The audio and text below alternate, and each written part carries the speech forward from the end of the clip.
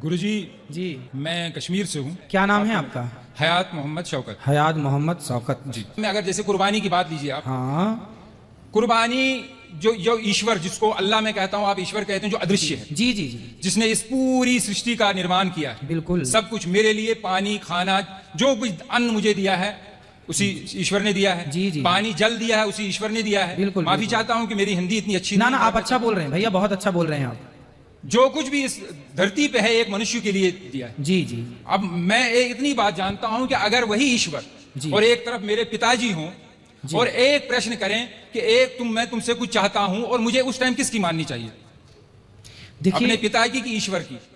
या मैं आपसे सवाल नहीं कर रहा हूं। हाँ। मेरी नजर में मुझे उस टाइम उस ईश्वर की माननी चाहिए जिसने ये सारी धरती, जिसने सारी फैसिलिटीज मुझे दी हैं। जी। तो मेरा ईश्वर, मेरा अल्लाह मुझसे कह रहा है हाँ। कि देखो जी, मैंने तुम्हारे लिए सब कुछ दिया है, बिल्कुल। तुम्हारे इतने प्यारे माँ बाप दिए, सब कुछ दिया है, जी। और सब कुछ मेरा ही है। चाहे इस दुनिया में बकरी, जो भी जानवर भी हैं, वो भी मेरे हैं। जी। अब तुमसे मैं कुछ मांगता हूँ, अच्छा तुम मेरे लिए कुछ दान कर सकते हो। जी इंसान की नहीं मांग रहा, जो हमारे प्रॉफिट जो रह चुके हैं उन्होंने उनको अपने बेटे को दिया था। जी जी, मगर उसके बाद कहा गया है कि तुम मेरे लिए कुछ कर सकते हो। जी, मैं जी। तो उनके लिए, अपने अल्लाह के लिए जान भी दे सकता हूँ। जी, जी, तो जी। उसके बदले मैं जो हुक्म मिला है कि आप ऐसा कीजिए, ये दान किया कीजिए, तो ये सिर्फ इसलिए है कि एक प्रथा है कि मैं हमेशा हर पल तैयार हूं, जिसने मुझे इस दुनिया में लाया है, जो मुझे सब कुछ करता है, मैं उसके लिए सब कुछ कर सकता हूं। ठीक है, ये विचार है मेरे। सही है, सही तो है। मैं ये नहीं चाहता है कि कोई गलत मैसेज जाए। बिल्कुल गुरुजी। बिल्कुल। देखिए, कि- बात गलत और सही की नहीं है, बात तो पर्सनल, व्यक्तिगत। जैसे मैं आपसे एक सामान्य सवाल करूं, इस पर नहीं कि आपका मजहब क्या है, पंथ क्या है, धर्म क्या है। जी। हम धर्म, मजहब, पंथ को थोड़ी देर के लिए अलग करके, और एक इंसानियत के नाते, हम भाई भाई के नाते की बात कर लें आपस में, और एक जरा सा विचार कर, आप मेरे से पूछिए कि बताइए कि क्या किसी की हत्या करना सही है, तो मैं बोलूंगा भैया नहीं। ऐसी मैं आपसे पूछता हूं एक भाई के नाते, एक सामान्य चर्चा के नाते, कि बताओ किसी की हत्या, हम भगवान को, अल्लाह को अभी इस बात से अलग रखें, बस एक सामान्य दृष्टिकोण से बात करें कि बताओ, आप मेरे से पूछे, अभी आपने पूछा मेरे से, तो मैंने बताया कि हत्या करना गलत है। अब मैं आपसे पूछ रहा हूं कि बताइए, क्या किसी की हत्या करना सही है? मैं इसका उत्तर ये दूंगा कि ये निर्भर करता है परिस्थिति पे। यहाँ जितने भी मेरे भाई मर्डर में आए हैं, किसी ने खुशी से नहीं किया। बिल्कुल कोई परिस्थिति ऐसी उत्पन्न हुई, बिल्कुल। या कोई दुश्मनी थी, कोई किसी को। एक अभी आया है आखंड, जो हमारा हिस्सा है, 2 दिन पहले की बात है। हाँ, उसकी बहन को किसी ने बलात्कार किया था। वो लड़का बलात्कारी अंदर आया, मगर वो 2 महीने में जमानत पे छूट गया, तो उसके भाई ने उसको बाहर मार दिया। मैं ये नहीं कह रहा हूं कि वो हत्या सही है, करना जी, सही जी, है, जी, जी। मगर परिस्थिति ऐसी होती है। और एक अफसोस की बात है, ये यहाँ मैं प्रशासन की, कौन से प्रशासन, जो बाहर का कानून व्यवस्था हमारी बिल्कुल, है, बिल्कुल। कि वहां गरीब बेचारा तो मारा जाता है, अमीर पैसा देके निकल जाता है। इस देखो, जिद आपने भी देखा होगा। आपने अभी बताया कि जैसी परिस्थिति में किसी ने मर्डर कर दिया, जी, जी। परिस्थिति में किसी ने गलत किया, तो परिस्थिति में गलत कर दिया, पर यहाँ जितने लोग हैं, मैं आपसे भी पूछूं कि आप यदि किसी का मर्डर करके आए हैं, तो क्या यहाँ से जाने के बाद आप फिर वो गलती करेंगे? नहीं, तो मगर वही- नहीं, अगर परिस्थिति वैसी, मुझे अगर कोई मारने आएगा तो मैं तो मारूंगा। हाँ, लेकिन यूं ही आप तो किसी की चढ़ाई नहीं करेंगे ना। ऐसे तो पागल नहीं है ना कि हम किसी को भी, जैसे कहा बस गया वही कि- तो है भैया कि ने कहा मजबूरी मैं थी। चींटी को भी पैर मतलब देख के, बिल्कुल बिल्कुल। फिर करोड़ों की कंपनियां ऑल आउट क्यों बेचती है? वो मच्छरों को मारने के लिए दवाई क्यों देती है? कॉकरोच को मारने की दवा क्यों देती? जी। उस पर बैन लगा दे फिर सरकार, जी, क्योंकि वो तो दवाई बेचती है और करोड़ों रुपए कमाती है फिर कंपनी। तो किसानों को, अगर यही है सनातन धर्म में कि नहीं मारना चाहिए, हाँ। मैं अपने प्रधानमंत्री से अपील करता हूँ, गुजारिश करता हूँ कि वो ऐसी कंपनी को बंद कर दे जो इन जीव जंतु को मारने की दवाई देती है। देखो जितने की जरूरत है, अब जैसे हमारे यहाँ 5 जो छोटे छोटे पाप हैं, जैसे हम झाड़ू लगाते हैं तो बहुत सारे चींटियां मर जाती हैं। हम लोग बारिश, गर्मियों में घड़ा में पानी भरते हैं तो ठंडक के कारण बहुत सारी चींटियां आती हैं, मर जाती हैं। हम लोग लकड़ी और कंडा समझते हैं, गाय का सूखा गोबर, जी। उसको ओपले बोलते हैं। क्या बोलते हैं आप? ओपले। जैसे घर में चूल्हा, आजकल तो गैस का जमाना है, आज के 100 साल पहले लोगों की रोटियां घर के चूल्हे पे बनती थी। चूल्हे पर लकड़ी और कंडा, ओपला लगाया जाता था। उस ओपले में बहुत सारे जीव जंतु होते थे कि नहीं? तो वो मारे जाते थे जब हम रोटी बनाते थे। तो ऐसे कुछ सामान्य पाप हैं जो हमसे नित्य होते हैं। जैसे हम चल रहे हैं, चींटियां मर जाती हैं। किसान खेत में चने बोता है, इल्ली लग जाती है तो दवाई का छिड़काव करके इल्लियों को मारना पड़ता है। मारना पड़ता क्योंकि वहां मारने की इच्छा नहीं है, वहां पर मजबूरी है। बात समझ रहे हैं? किसान यदि इल्ली ना मारे तो इल्ली पूरी फसल मार देगी। यदि आप लकड़ी और कंडे की, चींटी और लकड़ी और कंडे के जीवों के लिए सोचें तो आप भूखे मर जाएंगे, रोटी बना ही नहीं पाएंगे। तो जो सामान्य पाप होते हैं आपसे, हमसे, वो जानकर नहीं करते हम, वो मजबूरी है। बात समझ रहे हैं आप? वो मजबूरन करना पड़ता है। हम किसी को यूं ही नहीं मारेंगे, मजबूरन हमें हमारी सेना बंदूक लिए घूम रही है ना, कि मजबूरन जरूरत पड़ने पर अटैक होगा। उसी तरह से हम जानबूझकर किसी को नहीं मारते, मजबूरी पे मारना पड़ता है, इल्ली को, मच्छर को, मक्खी को। उसी तरह मजबूरी है तो इनको मारा गया। हम बेवजह नहीं मारते किसी को।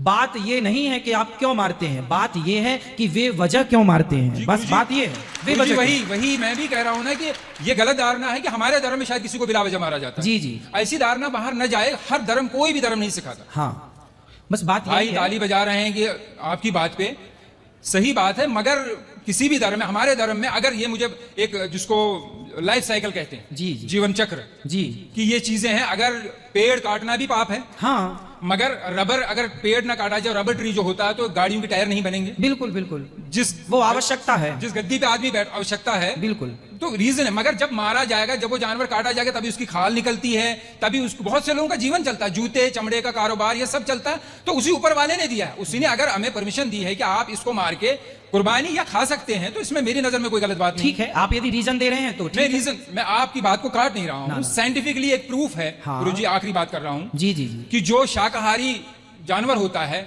उसके जो टीथ होते हैं, दांत होते हैं, वो सपाट होते हैं जी। और जो मांसाहारी होता है, चाहे वो कुत्ता हो, चाहे वो शेर हो, जो मांस खाता है जी जी, उसके 4 दांत नोकीले होते हैं जी। मगर ऊपर वाले ने मनुष्य को भी 4 नोकीले दांत दिए हैं।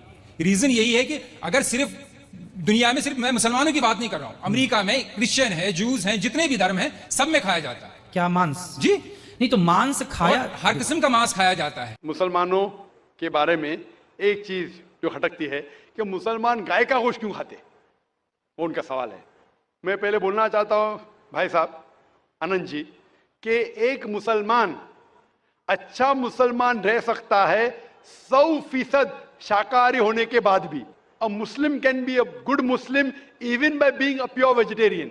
शुद्ध शाकाहारी होने के बाद भी एक मुसलमान 100% अच्छा मुसलमान रह सकता है। लेकिन क्योंकि अल्लाह सुब्हाना व ताला, हमारा रब, हमारा खालिक, कुरान मजीद में अल्लाह ताला फरमाते हैं, सूरह माइदा में सूरह नंबर 5 आयत नंबर 1 में अल्लाह ताला फरमाते कि आप उन 4 पायों जानवरों का गोश्त खा सकते हैं जिनकी हमने इजाजत दी है।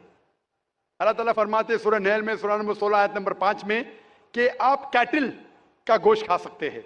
कुरान में जिक्र आता है सूरह मोमिनून में सूरह नंबर 23 आयत नंबर 21 में कि आप कैटल में से आपको मिलता है दूध, उनमें से मिलती है आपको गर्मी, और आप इनका गोश्त खा सकते हैं। तो जब अल्लाह सुब्हाना व तआला, हमारा खालिक, हमारा मालिक कहता है कि आप गोश्त खा सकते, तो क्यों हमें नहीं खाना चाहिए? मैं आपको कोशिश करूंगा बताने के लिए कि आज की साइंस ये कहती है कि हमारे जिस्म में हमको प्रोटीन की जरूरत है, कम से कम 23 एमिनो एसिड की जरूरत है। यही 23 में से 8 एमिनो एसिड हमारे जिस्म में नहीं बनते। उसके लिए फर्ज है कि ये हमारे खाने में हमें ये अमीनो एसिड मिलना चाहिए। कोई भी शाकाहारी, कोई भी भाजी पाला नहीं है जिसमें आटों के आटो अमीनो एसिड मौजूद है। फ्लैश में, गोश्त में आटो अमीनो एसिड मौजूद है। इसे साइंस कहती है कंप्लीट प्रोटीन, कंप्लीट फूड। आज साइंस ये कहती है कि फ्लैश फूड में, गोश्त में प्रोटीन है, नियासिन है, विटामिन B1 है, इससे सेहत अच्छी बनती है। और आज आप देखेंगे जो जानवर जो शाकाहारी होते हैं, जो सिर्फ भाजी पाला खाते हैं, भेड़, बकरी, गाय, आप देखेंगे इन जानवरों के दांत इनके चपटे हैं, उनके पास हर्बिवोरस सेट ऑफ टीथ है। ये सिर्फ भाजी पाला खाते, गोश्त खा ही नहीं सकते। जब आप देखेंगे मांसाहारी जानवर के दांत, शेर बब्बर, चीता, उनके नोकीली दांत होते हैं। ये सिर्फ गोश्त खाते हैं, भाजी पाला खा ही नहीं सकते। जब आप अपने दांत आईने में देखेंगे तो भगवान ने, ईश्वर ने, हमारे खालिक ने हमें दोनों दांत दिया है, चपटे दांत भी दिया है और नोकीले दांत भी दिया है। अगर हमारा ईश्वर चाहता था कि हम सिर्फ भाजी पाला खाए तो ये नोकीले दांत क्यों दिया? गोश्त खाने के लिए। आज की साइंस कहती है क्या जो डाइजेस्टिव सिस्टम है हर्बिवोरस एनिमल का, गाय, भेड़, बकरी के, वो सिर्फ भाजी पाला डाइजेस्ट कर सकते, गोश्त को डाइजेस्ट कर ही नहीं सकते। जो डाइजेस्टिव सिस्टम कार्निवोरस एनिमल का है, चीता, शेर बब्बर, ये सिर्फ गोश्त डाइजेस्ट कर सकते, भाजी पाला नहीं। लेकिन हम इंसानों को अल्लाह ताला ने, हमारे ईश्वर ने स्मॉल इंटेस्टाइन भी दिया है, बिग इंटेस्टाइन भी दिया है। हम भाजी पाला भी डाइजेस्ट कर सकते, गोश्त भी डाइजेस्ट कर सकते। अगर हमारा ईश्वर चाहता था कि हम सिर्फ भाजी पाला खाए, तो हमें ये डाइजेस्टिव सिस्टम क्यों दिया जो गोश्त को भी डाइजेस्ट कर सकता है? तो साइंटिफिकली हमारा जिस्म हमारे ईश्वर ने ऐसा बनाया है कि हम भाजी पाला भी खा सकते हैं, गोश्त भी खा सकते हैं। और बहुत लोग को गलत फहमी है कि हिंदू मजहब में गोश्त खाने की ममानियत है। भाई आप हिंदू है ना? हिंदू है। आपके नाम से लगता है आप हिंदू है। हिंदू है ना सर? जी हिंदू ही है। आप हिंदू है ना? हाँ हाँ बिल्कुल सही, आपके नाम से लग रहा है आनंद आपका नाम है, आप हिंदू है। आपको गलत फहमी होंगी कि हिंदू मजहब में गोश्त खाना हराम है। आप जब हिंदू मजहबी किताब पढ़ते हैं, आपकी मजहबी किताब में लिखा है कि गोश्त भी खा सकते हैं, मांस भी खा सकते हैं और बीफ भी खा सकते हैं, गाय का गोश्त भी खा सकते हैं।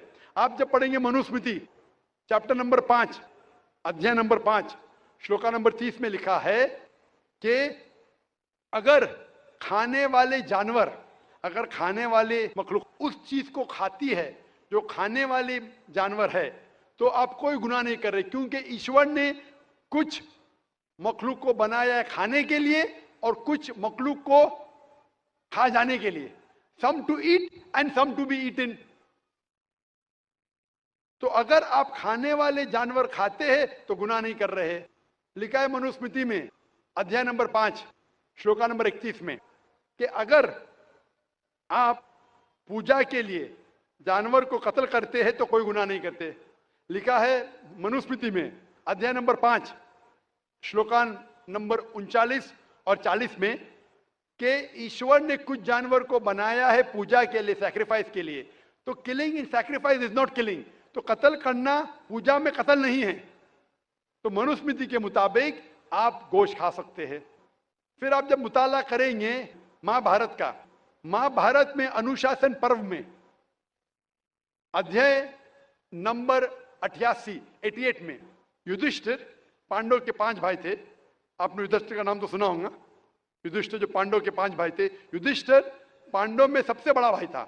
वो पूछता है भीष्म से कि हम यज्ञ में, पूजा में क्या खाना दे ताकि हमारे परदादा खुश होंगे। तो भीष्म कहता है अगर हम यज्ञ में, पूजा में चावल, बार्ली, सेब, भाजी पाला देंगे तो हमारे परदादा 1 महीने के लिए संतुष्ट रहेंगे। अगर हम मछली देंगे तो 2 महीने के लिए, अगर गोश्त देंगे 3 महीने के लिए, अगर खरगोश देंगे तो 4 महीने के लिए, अगर बकरी देंगे तो 5 महीने के लिए, अगर सुअर देंगे तो 6 महीने के लिए, अगर परिंदा देंगे तो 7 महीने के लिए, अगर हिरन देंगे तो 8 महीने के लिए, अगर बैल देंगे तो 11 महीने के लिए, अगर गाय देंगे तो पूरे 1 साल के लिए हमारे परदादा संतुष्ट रहेंगे। 1 साल। क्या दूध की बात कर रहे हैं सर? आप बफेलो देंगे, बफेलो तो 12 साल के लिए, अगर राइनोसरस देंगे या रेड मीट, लाल गोश्त, तो हमारे परदादा हमेशा के लिए संतुष्ट रहेंगे। पूरा मेन्यू है महाभारत में, हिंदू किताब में पूरा मेन्यू है। क्या चाहते हैं? भाजी पाला, मछली, गोश्त, खरगोश, हिरन, बीफ, बड़े का छोटे का सब है।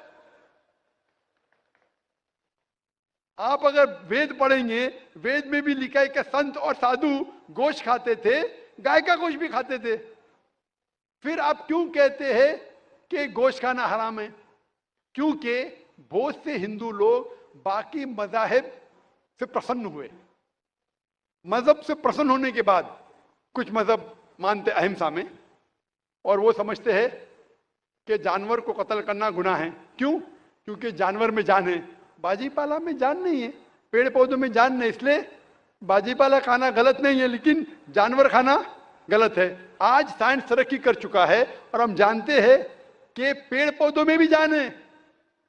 तो उनकी लॉजिक जरा बदल गई। हाँ जाकिर भाई, हम जानते हैं पेड़ पौधों में जान है, लेकिन पेड़ पौधे, उनको दर्द का एहसास नहीं है, उन्हें दर्द नहीं होता।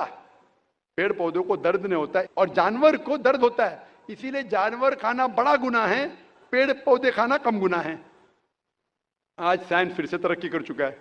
तरक्की करने के बाद आज साइंस ये कहती है कि पेड़ पौधों को भी दर्द होता है, लेकिन उनकी दर्द की आवाज आपको सुनाई नहीं देती। हम इंसान सिर्फ 20 साइकिल्स और 20,000 साइकिल्स के दरमियान फ्रीक्वेंसी में सुन सकते, इसके नीचे इसके ऊपर नहीं सुन सकते। वो चीखते हैं लेकिन हमें उनकी आवाज सुनाई नहीं देती। तो एक शख्स ने मुझसे सबसे ज्यादा बहस किया और कहा कि जाकिर भाई मैं मानता हूं कि पेड़ पौधों में जान है, पेड़ पौधे को दर्द होता है, लेकिन पेड़ पौधों में सिर्फ 2 या 3 सेंसेस है, जानवरों में 5 सेंसेस है, इसलिए जानवर का कत्ल करना बड़ा गुनाह है। तो मैंने उससे पूछा कि अगर आपका भाई पैदा होता है 2 सेंसेस कम के साथ, वो सुन नहीं सकता है और बात भी नहीं कर सकता है, गूंगा है और बहरा है, जब वो बड़ा होता है और अगर कोई इंसान उसका कत्ल करता है तो क्या आप जाके कहेंगे जज से मिलॉर्ड कातिल को कम सजा दो क्योंकि मेरा भाई गूंगा था, बहरा था, वो सुन नहीं सकता था, बात नहीं कर सकता था? आप तो कहेंगे कातिल को डबल पनिशमेंट दो, मेरा भाई तो मासूम था, ना सुन सकता था ना बात कर सकता था। इस्लाम में 2 सेंसेस लेफ्ट और 2 सेंसेस वो नहीं। इस्लाम में अल्लाह ताला फरमाते हैं सूरह बकरा में सूरह नंबर 2 आयत नंबर 168 में 168 में, eat of the good things which Allah has provided you, जो अच्छी चीज आपको आपके अल्लाह ने दी है उसको आप खा सकते हैं। तो आप अगर मुताला करेंगे मजहबी किताबों का और साइंस का, गोश्त खाना कोई गलत नहीं है और मुझे खुसूसन कोई गिला शिकवा नहीं अगर गैर मुस्लिम, अगर हिंदू गोश्त नहीं खाते, मुझे कोई गिला शिकवा नहीं, क्योंकि अगर सब हिंदुस्तानी गोश्त खाने लगेंगे तो हिंदुस्तान में गोश्त का भाव बढ़ जाएगा। आज महंगाई का जमाना है, पेट्रोल का भाव बढ़ रहा है, सब हिंदुस्तानी गोश्त खाने लगेंगे तो गोश्त का भाव भी बढ़ जाएगा। तो मुझे कोई गिला शिकवा नहीं आप अगर गोश्त नहीं खाते, लेकिन अगर आप ये कहेंगे कि गोश्त खाना गलत है तो आपको आपकी मजहबी किताबों के बारे में नहीं पता है और साइंस का भी नहीं पता है। अगर आप कहेंगे किसी की जान नहीं लेना चाहिए तो आप 2 मिनट भी जी नहीं सकते। हम जो सांस ले रहे हैं ये जर्म्स है, जर्म्स में भी जान है, आप सांस लेने से उनका कत्ल कर रहे हैं तो आप जी नहीं सकेंगे। इस्लाम में यह है कि जो चीज की इजाजत है वो आप खा सकते, जो हराम है उसको नहीं खाना चाहिए।